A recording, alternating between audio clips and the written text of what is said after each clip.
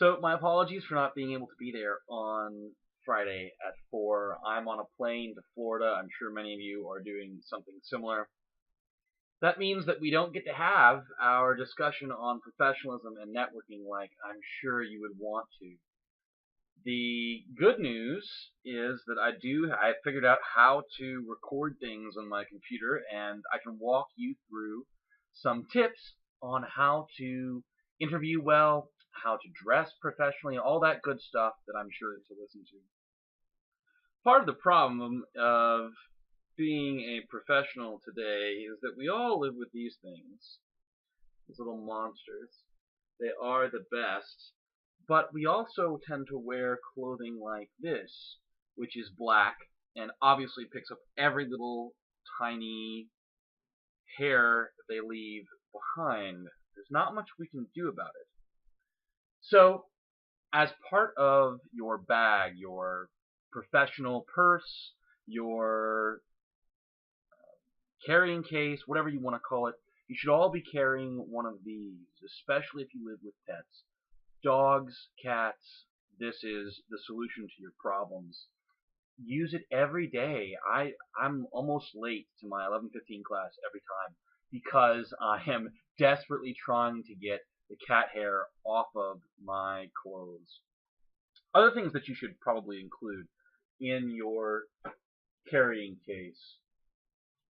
Nasal spray. Now you do have to be careful about nasal spray in that some of it is quite addictive, and I've been addicted to nasal spray I think 3 or 4 times in my academic career, starting when I was your age and doing speeches in classes.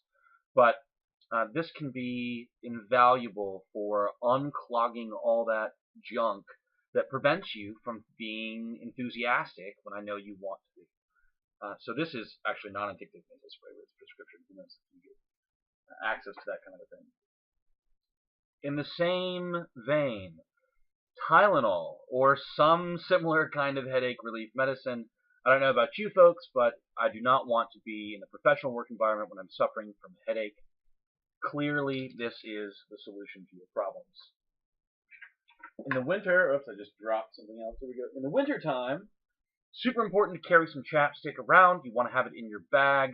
Nothing worse than licking your lips constantly because you're concerned that your mouth is too dry.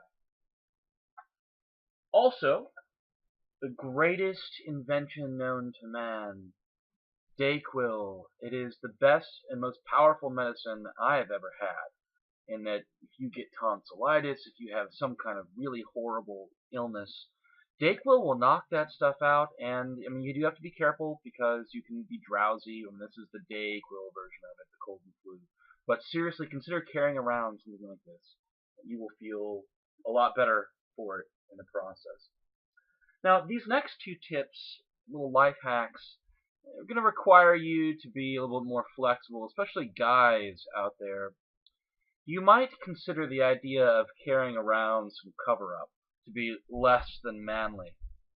But even dudes like me who are in their early 30s suffer from occasional nicks when we're shaving.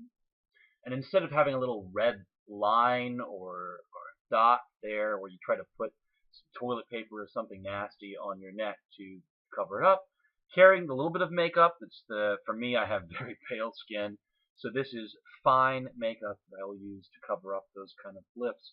I also suffer from sleep apnea and have to wear a CPAP machine, which means that my nose gets red on the inside. These are all the kinds of little insecurities that having some makeup on your bag or in your briefcase can solve these problems. Don't be too prideful. Don't think real men don't wear makeup. Yes, we do. We have to.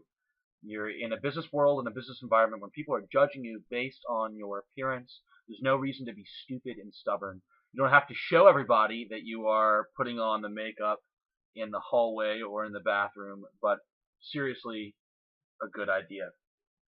The next one has to do with your shoes, fellas and ladies. So there's something called, we're going to talk about it here in a minute, there's something called the Rule of 12, which suggests that the top 12 inches of your head should be beautifully manicured, and the top lower 12 inches of your body should be beautifully manicured as well, and that includes your shoes. So most of us aren't super wealthy yet. I'm not. Certainly on my professor's salary, I can't afford a new pair of dress shoes every couple months, even though that's probably what I would need to go through, because I wear these darn things every day to work. And it snows all the time here in Indiana, and there's nothing I can do to stop these darn things from looking like they're 8 years old, even if they're only a year old or 18 months old. So obviously the best thing you can do is have the darn things polished. But we don't have people in the Kelley School of Business sitting there waiting to polish my shoes. So you need to have some home hacks for how to make your shoes look decent. One thing you can do is get some baking soda and a toothbrush and scrub them to make them clean. But if you're just looking on what's in your own kitchen, we've got some olive oil and we have a rag. And watch this, a little bit of olive oil on the rag. You're going to look like you're a crazy person. But if we just clean the shoes like this, olive oil gives it that nice sheen and shine. You're going to see it doesn't look like it's the best, newest, most expensive shoe, but just compare these two. I mean, you can tell clearly one of them looks like it's been attempted to be cleaned, and that's within 30 seconds. I didn't put a second coat on or anything. I haven't even dried it. And this one looks old and nasty. So a little bit of olive oil on your shoes can improve things significantly. In the second video, if you'd be so kind as to please close this one and open one, I'll walk you through the PowerPoint that Jessica and I have helped prepare for you today, and we'll get some more tips on how to be professional and how to do well in interviews and those kind of things. All right, thanks, folks.